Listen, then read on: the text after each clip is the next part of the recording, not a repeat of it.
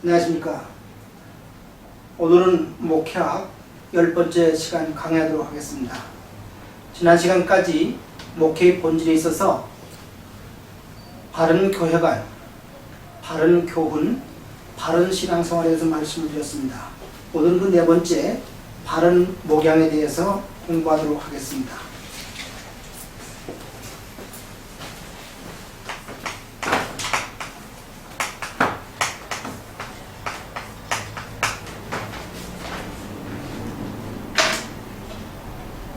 말씀으로 구원받은 하나님의 자녀들은 윤리적 생활에 있어서 다른 사람들에게 귀감이 되면서 본이 되어야 될 것입니다. 그 중에 먼저 우리가 해야 될 일이 있다면 하나님 앞에 예배 드릴 때 우리가 어떻게 되느냐, 공중예배의 지침에 대한 이야기입니다. 그 가운데 우리 목회자들이 성도들과 더불어 예배를 드릴 때 공중예배의 기도를 어떻게 할 것인가, 이런 생각을 좀 해보면서 교회가 번창하려면 무엇보다도 예배가 활성화되어야 합니다. 지난 시간에도 말씀드린 적이 있습니다만은 예배의 성공이 인생의 성공이듯이 예배를 잘 드리는 것은 무엇보다도 하나님을 기쁘시게 할 뿐만 아니라 우리가 은혜 가운데 신앙생활을 잘 할 수 있는 계기가 되는 겁니다.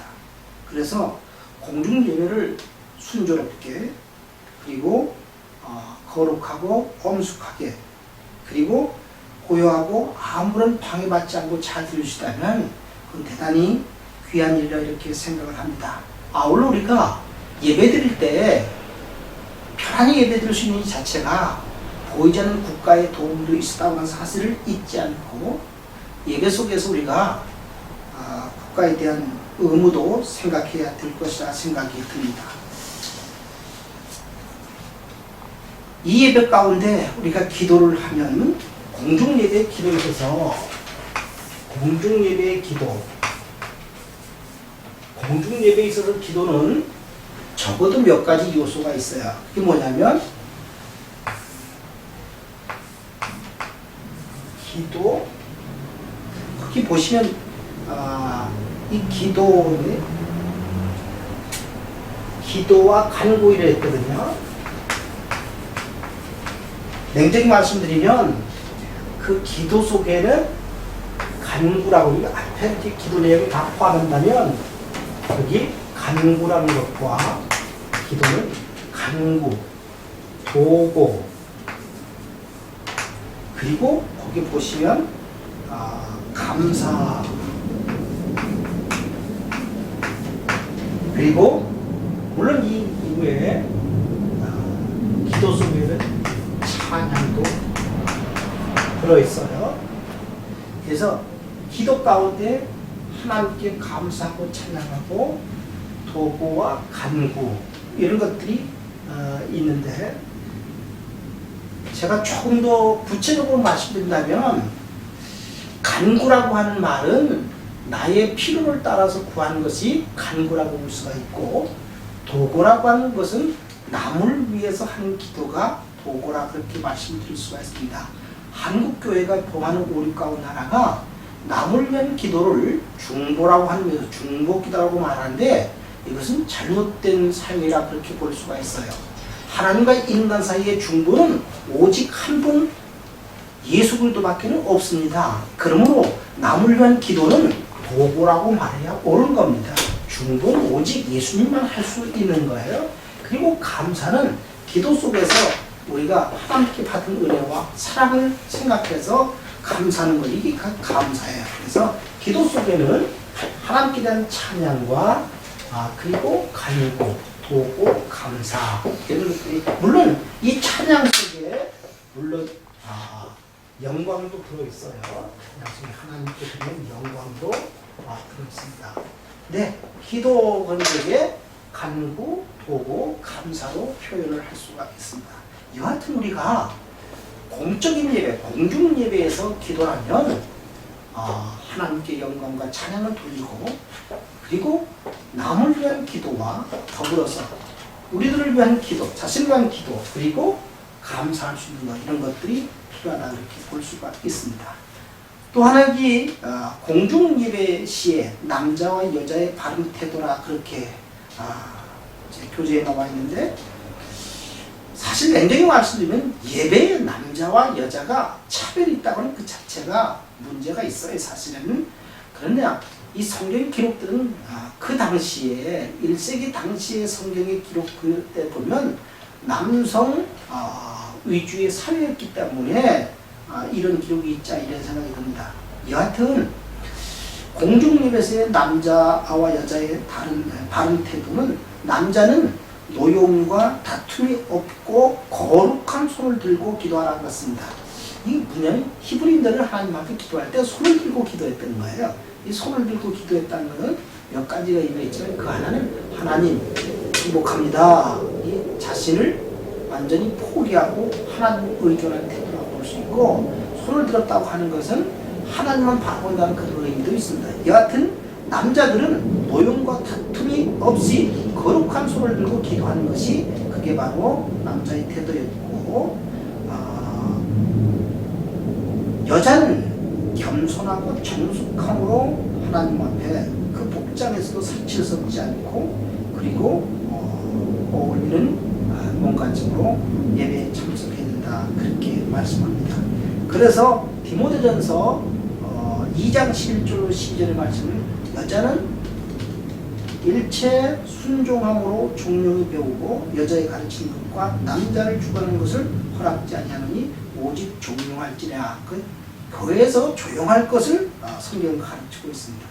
여하튼 거듭거듭 말씀드립니다만은 공중 예배 시에 남자와 여자의 바른 태도는 각기 주어진 역할에 따라 차이가 있으리라 그렇게 생각이 듭니다. 그 다음 바른 지도자에 대한 얘기입니다. 바른 목양은, 다시 말씀, 목회를 제대로 하려면 지도자가 바로 서야 돼요. 바른 목양은, 여기는 바른 지도자. 다시 말씀드리면 목양의 주체는 하나님이시지만 그 목양을 이끌어가는 것은 바로 목회자란 말이죠. 목회자가 바른 지도자가 되어야 바른 목양을 할 수가 있는 겁니다. 그래서 바른 지도자가 되려면 목회자의 자질이 거론되는데, 그 목회자의 자질은, 이 바른 지도자는 한마디로 무슨 자질이, 목회자의 자질이에요. 목회자의 자질이 문제가 되는데, 이 목회자의 자질은 몇 가지로 말씀드릴 수가 있습니다. 그 첫째가 뭐냐면 목회자의 자질. 이 목회자의 자질을 보면 첫째가 영적 자질이었어요. 지난번에 한번 잠깐 다룬 줄 아는데, 영적 자질. 영적 자질이 필요해요. 쉽게 말씀드리면 목회자가 하는 일이 영적인 일이기 때문에 적어도 이 영적인 일을 평생 봉사하는 자로서는 적어도 속죄의 뜨거운 감격의 체험이 있어야 되겠고, 하나님께서 자기를 부르셨다고 하는 소명의식이 있어서, 그래서 목회에 일념할 수가 있어야 합니다. 아울러 이 목회자는 무엇보다도 영혼을 사랑하는 구령의식이 충만해야, 그래야 목회자로서 하나님께 바르게 쓰임받을 수가 있습니다. 그런다면 목회자의 자질에는 지적 자질이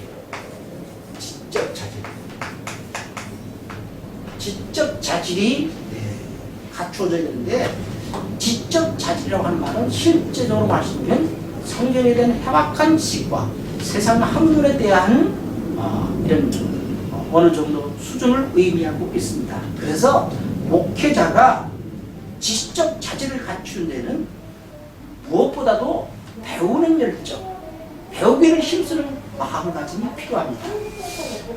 그래서 목사는 한마디로 말씀드리면 목사는 배우는 사람이다.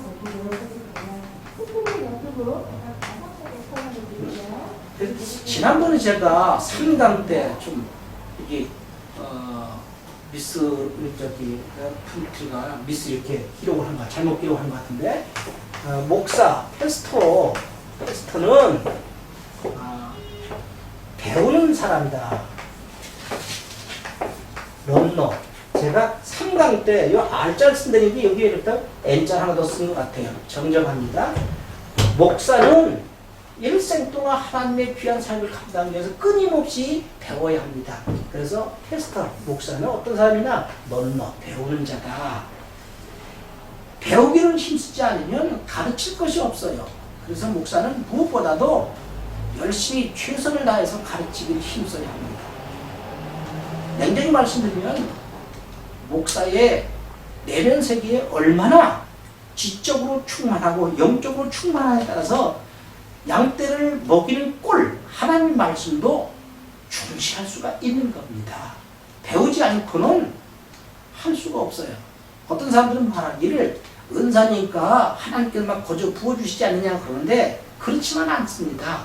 적어도 모세가 바로의 궁전에서 40년 동안 세상 항문에 달통했고 그리고 광야에서 40년 동안 하나님 앞에 훈련을 받아서 영적으로 지적으로 충만한 상태에 나의 발심에 부름받은 것 같이 적어도 목사는 영적인 자질과 지적인 자질을 잘 갖춰야 합니다. 근데 이거만 다 되느냐? 그렇지 않아요. 목사는 또 하나 건강의 자질, 신체적 자질이라고 하는데 건강한 자질. 먼저 그런 신체적 자질인데 이 신체적 자질이 뭐냐면 건강해야 목회할 수가 있습니다. 신체적으로 건강하지 않으면 적어도 사랑하는 양떼를 제대로 이끌 수가 없어요. 냉정히 말씀드리면 육체적으로 건강한 사람이 정신적으로도 건강할 수가 있어요. 목회자가 건강하지 못하면 그 직분을 잘 감당할 수가 없습니다. 좀 어폐가 있으면지 모르지만 목사는 과로와 어려운 일에도 견딜 만한 체력이 따라와 줘야 돼요. 체력이 없으면 목회할 수가 없어요. 그러므로 목회자는 자신의 건강을 위해서 규칙적인 운동이나 적당한 휴식을 통해서 언제나 신체적인 조건이 하나님의 일을 하는데 조금도 피곤치 않도록 그렇게 만들어야 합니다. 그래야 최선의 하나님 기뻐하시는 이런 훌륭한 목회를 할 수가 있는 겁니다. 그 다음에 목회자의 바른 지도자로서의 목회자는 어떠해야 되냐? 존경할 만한 사람이 된다. 그게 존경할 만한 감독이라고 하는데 존경받을 만한 감독, 존경받을 만한 지도자가 되어야 목회가 수월할 수가 있습니다. 학적으로 구별되었다 할지라도 교인들이 존경할 만한 인격이 갖춰지지 않다면 그 사람은 하나님의 귀한 사역을 감당할 수가 없습니다. 훌륭한 인격과 독성을 지느냐 그래야 양무들이 존경하고 따라오는 겁니다. 사실 목회자는 세상의 어떤 권력 때문에 교회를 이끌어가는 게 아니라 전적으로 그들이 존경받을 만한 덕성으로 영역으로 그걸로 교회를 이끌어가는 겁니다. 그러기에 바른 지도자는 훌륭한 인격과 덕을 갖출 뿐만 아니라 가정생활에도 본이 되어야 합니다. 사도 바울이 믿음의 아들 디모데, 그가 목회할 때 그에게 남겨준 디모데전서 3장 4절 5절의 말씀을 보면 목회자는 자기의 집을 잘 다스려 자녀들로 하여금 모든 공손함으로 복종하게 하고 그래서 다른 사람들로 하여금 흠이나 책잡히지 않도록 하고 그렇게 해서 자기 집을 잘 다스려서 하나님의 교회를 다스릴 수 있어야 된다고 말합니다. 자기 집을 잘 다스리지 못하면 하나님의 교회를 어찌 다스릴 수 있겠느냐고 말씀하고 있습니다. 그래서 바른 지도자는 존경받는 인물이 되는데 그 존경을 받으려면 어때야 되느냐? 가정생활에 모범이 되어서 다른 사람들이 교인들에게 타의 본이 될 때 다른 사람을 존경할 수 있는 겁니다. 그런가 하면 사회적으로도 좋은 평판을 얻어야 합니다. 목회자는 새로 입교한 사람도 안 되지만 무엇보다도 타인들에게 선한 증거를 얻어야 그래야 목회를 할 수가 있습니다. 아, 저분은 진짜 훌륭한 목사야.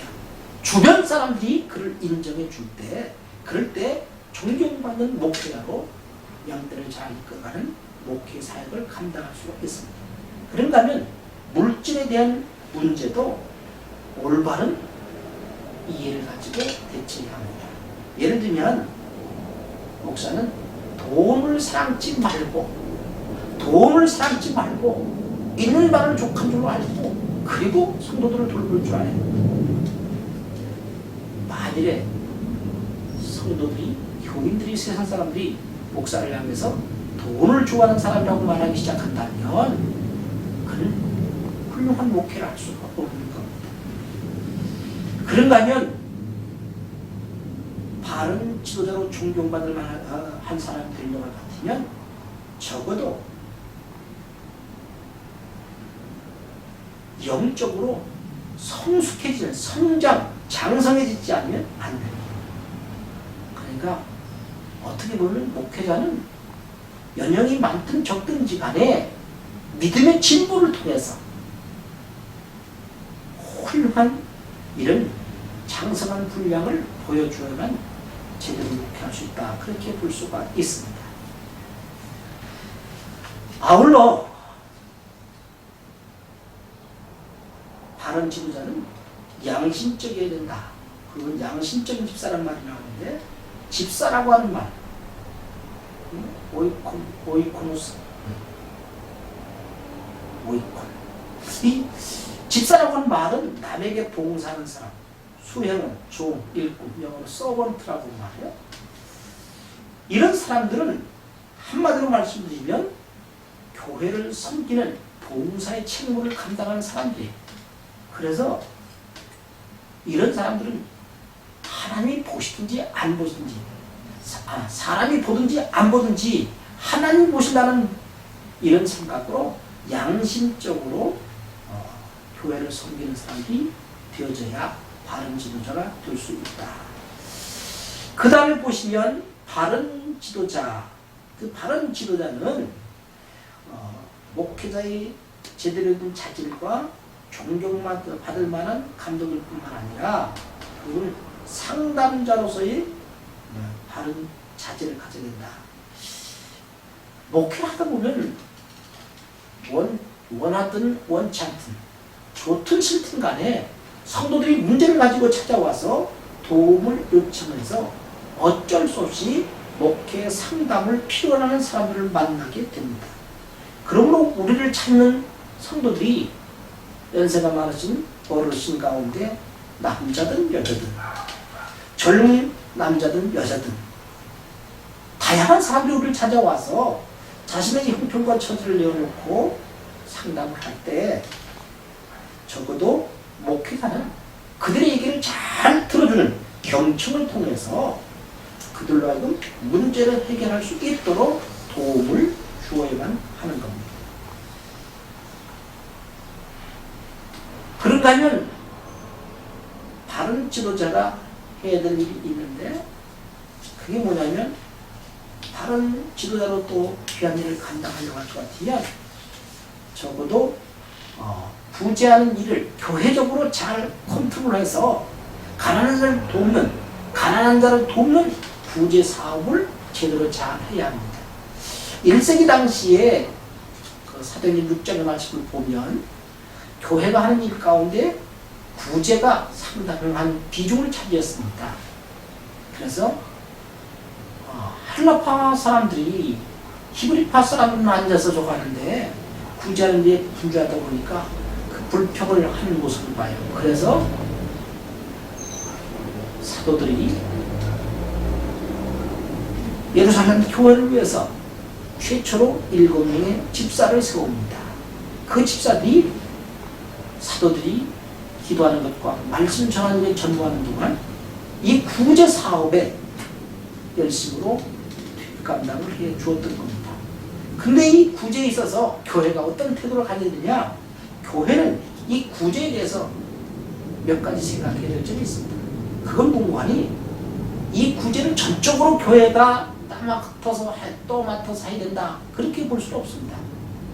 냉정히 말씀드리면 교회는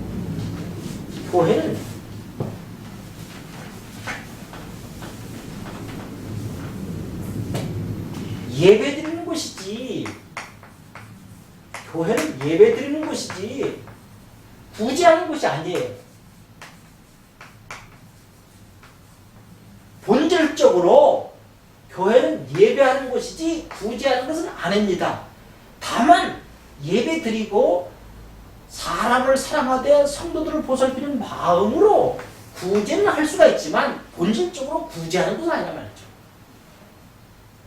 그래서 교회가 구제에 힘쓰다가 본래의 본질을 잃어버리면 문제가 생겨요. 그러나 예배드리는 일을 다 한 다음에 구제를 한다고 하는 것은 어쩔 수 없이 피할 수 없이 해야 될 일이란 말이죠.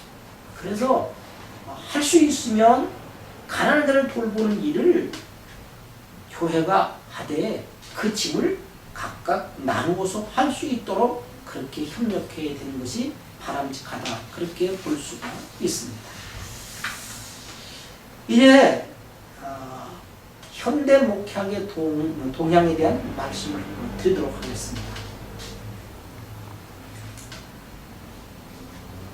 독일에 슐라이어 마하라고 하는 신학자가 있는데 이 사람이 목회에 있어서 신학을 전복하면서 아주 중요한 역할을 했어요. 그게 뭐냐면 학문적 정립으로서 신학을 세 영역으로 나눴습니다. 슐라이어 마하 이 사람이 학문을 철학신학 그리고 거기 보시면 역사신학 그리고 실천신학 이렇게 세 분야로 나누는 아주 귀한 일을 했습니다. 실천신학과 역사신학은 목회 사역을 어떻게 이해해야 하는가 하는 질문에 대한 결정적인 해답을 주는 학문이었고 실천신학은 그러한 개념들을 실천하는 방법과 그러한 내용을 특정한 목회 상황에 적용토록 하는데 적용하도록 돕는 절차들을 정하는 법을 가르쳐주는 이런 학문이었습니다. 그래서 냉정히 말씀드리면 슐라이 마하의 이 철학신학과 역사신학 그리고 실천신학 이 세 가지 신학이 어떻게 보면 상호 보존이 되어야 상호 보완이 되어야 제대로 목표가 될 수 있다 그렇게 봅니다. 그래서 이 슐라이머허는 실천신학의 지위를 향상시켰고 그 신학과 다른 신학적 학문들과 통합을 제시해서 모든 신학의 목적은 교회의 사명과 사역을 촉진시킨 것이었다고 주장을 합니다. 그래서 사실 이 실천 목회학의 역할이라든가 위상을 대단히 넓혀준 사람이 바로 슐라이머하라고 하는 신학자였다 볼 수가 있습니다. 그러나 이렇게 목회학에 많은 공헌을 했음에도 불구하고 좀 치명적인 변함이 있었습니다. 그건 뭔가니 자신이 주장하고 요구했던 것을 제대로 감당할 수가 없었다고 하는 거예요. 그래요. 자칫하면 이게 바로 이론에 끝나고 말 수밖에 없는 함정이에요. 이 목회자들은 자기가 외친 대로 실천하는 것이 가장 귀한 일이죠. 그래서 자기 학문이 자신이 요구하는 것에 끝나고 실제로 이게 있어지기가 좀 어려웠다. 그래서 목회학을 신학의 나머지 부분을 통합하는데 좀 비상적인 방법을 꽂혔다. 그런 거예요. 그런가 하면 치명적 결합은 칼바르트의 지적대로 많은 것들을 너무 훌륭하게 또한 서둘러서 손쉽게 해치워버리는 바람에 검증과 구체적 비판이 불가했다. 검증과 비판에 문제가 있었던 거예요. 그런가 하면 세 번째로 그의 전체 신학이 인본주의적 전제에 기초하고 있다는 거죠. 여러분 신학을 크게 두 부류로 하면 인본주의 신학과 신본주의 신학으로 나누는데 이 슐라이마하의 신학이 인본주의적 신학에 근거한 흐름이라고 이렇게 본다는 거죠. 이게 좀 치명적인 결함이었다 그렇게 말씀을 드릴 수가 있습니다. 그 다음에 20세기에 비약적인 발전을 가져온 신학의 동향을 살펴보면 2차 세계대전으로 말미암아 20세기에 목회학의 새로운 변화가 왔습니다. 목회학과 심리학이 새로운 협력관계를 통해서 상당히 많은 발전을 하게 되는데 그 이유는 뭐냐면 대전 때 세계대전 때 이제 전쟁이 일어나면서 많은 군목들이 나가서 병사들을 위로하고 상담하고 그들과 함께하는 이런 일들로 말미암아 상담의 새로운 접근법이 도입되게 됩니다. 그러다 보니까 상황에 적응해가는 이런 현상들이 생겨지게 됩니다. 이 20세기에 목회학의 거장이라고 불리는 몇 사람을 더듬어보면 거기 시워드 힐트너라는 사람이 있어요. 힐트너.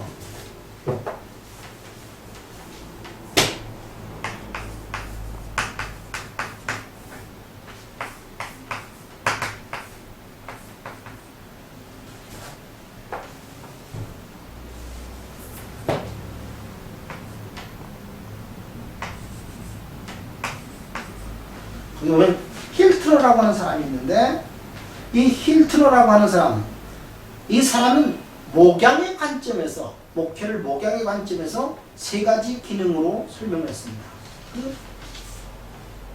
목양의 관점, 목양의 관점에서 이 힐트너는 목회학을 목양의 관점에서 보면서 치유 그리고 거기 보시면 지탱, 인도 이 세 가지 측면에서 생각을 했습니다. 그 첫째 기능 가운데 치유는 기능적 전체성을 회복하는 과정으로서 목회자나 평신도 지도자가 손상되고 파괴된 인간들로 하여금 전체성의 상태로 되돌아가도록 돕는 데 이루어지는 치유다 그렇게 얘기했습니다. 다시 말씀은 지금까지의 잘못된 것들을 전체 상태로 옛날 상태로 돌려놓는 거, 원 상태로 돌려놓는 거 이런 상태가 되겠죠. 이걸 갖다가 뭐라는 회복이라고 말해요. 병든 사람을 건강한 상태로 돌려놓는 거, 병든 사람을 건강한 상태로 돌려놓는 거, 이게 바로 회복이에요. 이게 치유입니다. 힐링이라고, 힐링. 두 번째 기능으로는 거기 보시면 지탱입니다. 거기 보면 회복이 가능치 않은 상황에서 현 상태를 유지하도록 지지해주고 위로해주고 격려해주는 목회의 한 기능을 갖다가 지탱이라고 해요. 이 지탱이라고 하는 말은 다른 말로 위로와 같은 말이에요. 그러니까 어려움 당한 사람을 좌절하고 낙심하지 않고 현재 상태로 있게 만들어주는 이 지탱, 위로입니다. 이게 원래 상태로 회복되는 것은 치유입니다. 그런가 하면 힐트너가 말하는 목양적 관점에서 치유, 지탱, 인도, 이 세 번째 인도는 영혼을 치유하는 기능으로서 여러 가지 가능성 중에서 가장 적절한 행동과 결단을 선택하도록 돕는 지혜가 인도다. 그렇게 볼 수가 있습니다. 그래서 목회자는 성도들의 영혼을 인도하는 인도자의 역할을 감당하는 거예요. 바른 길로 이끌어가는 것, 그게 바로 인도란 말이죠. 그래서 힐트너가 말은 목양의 관점에서 목회학은 치유, 지탱, 인도라고 하는 세 가지 기능으로 나눈 것을 생각할 수가 있습니다. 결론적으로 힐트너는 특정한 인간 상황들 속에서 개입해서 그것들을 검토함으로 그 상황들을 이해하는 데 있어서 모든 학문의 도움을 받아 신학적 통찰력을 끌어내려고 하는데 바로 좋은 일을 했다. 그렇게 볼 수가 있습니다. 그 다음 20세기의 목회학의 동향에서 큰 몫을 감당한 사람이 누구냐면 에드워드 토마이젠입니다.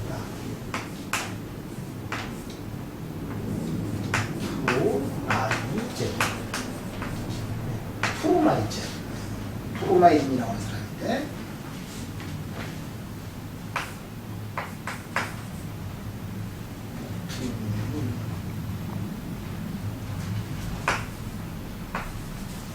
여기 보시면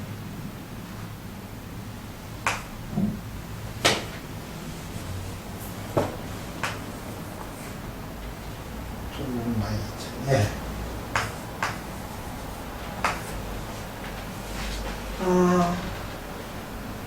투마인이라고 하는 이 사람이 목회학을 단 한 가지 기술로 목회 대화라고 그렇게 얘기를 해요.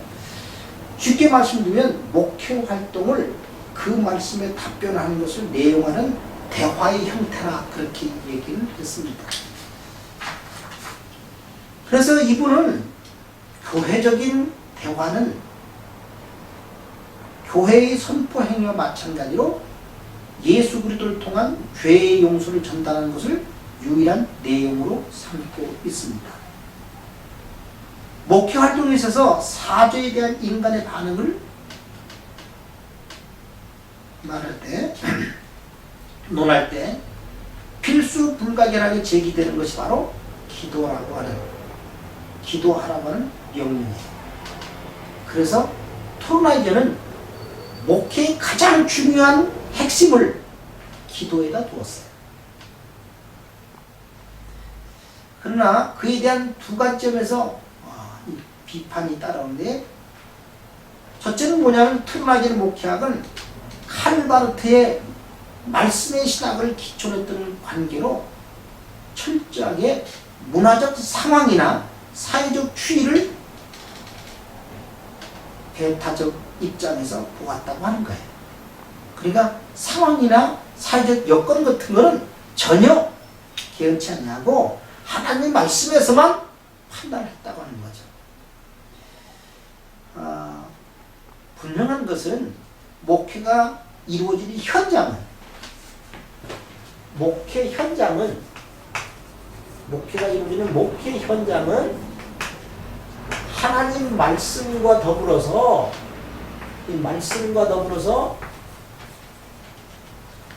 인간이 공존하는, 인간이 존재하는 세상이에요. 이 하나님의 말씀과 인간이 존재하는 세상, 이것이 목회 현장이에요. 그러니까 인간 세상, 이 목회 현장의 상황을 무시한다면 제대로 목회할 수가 없는 거죠. 그래서 바로 칼바르트의 하나님 말씀의 신학을 근거하다 보니까 상황이 무시되는 우울을 범하게 됐다. 두 번째로 이 토마이젠의 목회학에서 또 하나의 단점을 발견한다면 모든 목회를 용서의 문제로 가져가는 거예요. 그러니까 한쪽으로 치우치게 되는, 오를 범하게 되는 겁니다. 인간이 영적 존재이고 인간의 문제에 대한 영적 해결책은 그리스도 안에서 찾을 수 있다는 것을 무시한 듯했다 그랬어요. 그러니까 이게 참 어떻게 보면 그리스도를 통한 문제 해결 전부 다 하나님 말씀만 하다 보니까 문제가 생겨났다 볼 수가 있어요. 그 다음 신학자를, 목회학을, 20세기의 목회학을 이해하는 신학자를 말하면 토마스 오덴이라고 하는 사람이 있어요. 여러분 교재 보시면 토마스 오덴이라는 사람이죠. 오덴.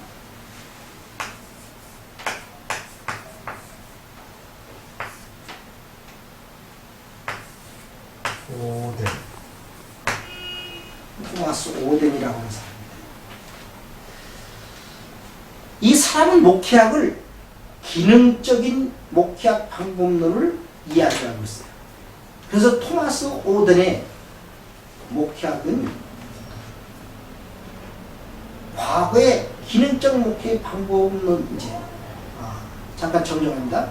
과거의 목회학이 기능적인 면을 강조했다면 토마스 오덴은 그걸 뛰어넘어서 역사적인 방법으로 목회학을 이렇게 접근하게 됩니다. 그래서 지난번까지 기능적인 걸 얘기하고 치유라든지 집행 인도, 또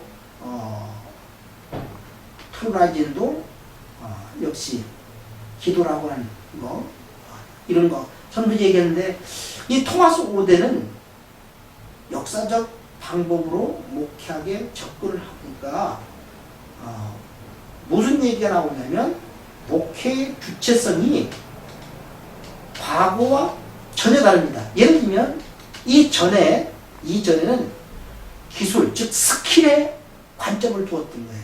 어떻게 하면 목회를 잘하냐? 이 스킬, 기술의 가치를 두었는데, 그 기술 때문에 뭐예요? 전문적 지식이 요구되었어요. 근데 이 오덴은 궁극적인 가치에다가 문제를 둔 거예요. 그러니까 이게 전문적 지식이나 기술하고 궁극적 가치하고는 전혀 틀려요. 과거 기능주의적 목회학에 근거를 했던 사람들이, 이 과거 이 사람들이, 다시 한번 말씀드리면, 이 사람들은 여기 보시면 전문 지식이나 기술, 전문 지식. 여기다가, 그래서 이때 이제 과거의 이 목회학은 심리학에 많은 영향을 받은 거예요. 여기 심리학에 많은 도움을 받은 거란 말이죠. 심리학이라고 하는 게 도움을 받아요. 과거 목회학이 기술이나 전문 지식에 의한 심리학의 도움을 받는 데 비해서 이 오덴의 목회학은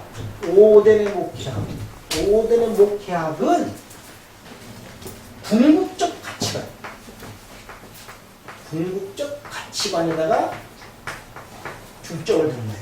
그러니까 방향이 상당히 다른 방향으로 흘러가는 모습을 보게 됩니다. 그래서 이 토마스 오덴이라고 하는 사람은 기독교 2000년 동안 축적되어 온 역사적 에너지와 전통을 신앙 공동체와 이렇게 연결을 맺어서, 그래서 역동적 관계를 회복시켜주는 역할을 하게 되었다고 볼 수가 있습니다.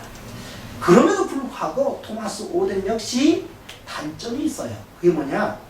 제도적인 목회에 너무 매여 있다는 것과 그의 주장이 주로 목회 사역의 기능에서 출발했기 때문에 그의 목회학이 제한적이었다고 하는 이런 단점이 있습니다. 그러나 분명한 것은 시워드 힐트너라든지 에드워드 트루나이젠이든지 토마스 오덴 각각 그들이 얘기했던 기능적인 목회라든지 역사적 방법에 의한 목회라든지 다 특징이 있지만 그들의 수고가 현대 목회에 많은 긍정적인 영향을 주었다고 하는 것을 우리가 인정을 해야 될 것입니다. 이어지는 부분을 조금 말씀드린다면 이제 목회자로서의 준비에 대한 말씀을 드리도록 하겠습니다. 목회자의 준비는 여러 가지가 있겠어요. 목회자로서의 준비는 한두 가지 해야 될 일이 아니라 어떻게 보면 목회자가 해야 될 일이 많이 있을 거예요. 아까도 말씀드린 것처럼 우리가 영적인 자질을 갖춘 일들, 지적인 자질을 갖춘 일들, 아울러 자기가 여기까지 강건한 신체적인 자질을 갖춘 일들, 목회자로서의 여러 가지 준비가 필요합니다.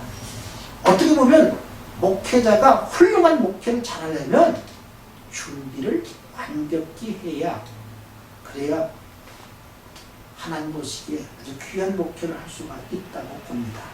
냉정히 말씀드리면 하나님은 어떤 사람을 쓰시냐? 하나님은 준비된 자를 쓰신다. 준비된 자를 쓰신다. 하나님은 누구를 쓰시냐? 준비된 자를 쓰시네. 준비된 자를. 준비가 되어 있지 않으면 하나님은 결코 그런 사람을 목회자로 쓸 수가 없는 거예요. 어떻게 보면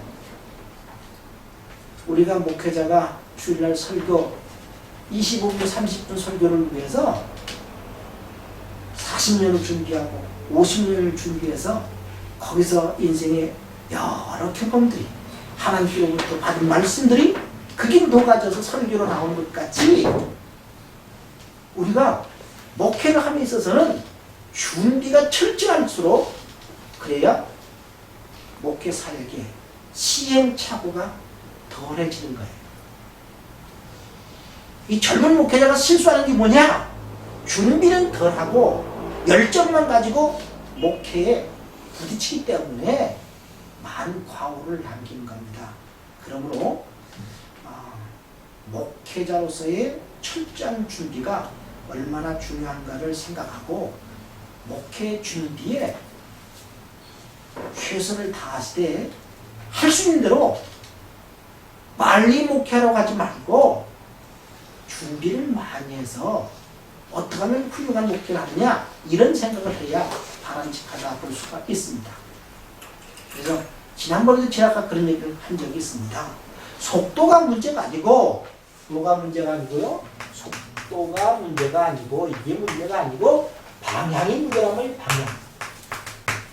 내가 빨리 목회를 시작해서 얼마나 많은 영혼을 구원해서 여간한 듯이 교회를 키우냐, 그게 아니고 얼마나 바른 목회를 하냐는 방향이 문제라는 말이죠. 방향. 그래서 할 수 있는 대로 목회자는 준비에 많은 시간을 할애해야 합니다. 준비를 많이 할수록 실수가 적은 것이고, 준비를 딱을 많이 할수록 목회에 보람을 거둘 수가 있는 겁니다. 종종 많은 목회자들이 준비를 소홀히 하고, 그리고 결과를 빨리 내려고 하는 조급함이 문제예요. 이 조급함 때문에 목회를 제대로 못하는 경우가 많이 있습니다. 그러니까 할 수 있는 대로 여러분들이 목회자로의 준비를 잘해서 정말 하나님 앞에 부끄럽지 않은 훌륭한 목회 사역을 감당할 수 있기를 바랍니다. 여기까지 제 식감을 마치도록 하겠습니다. 감사합니다.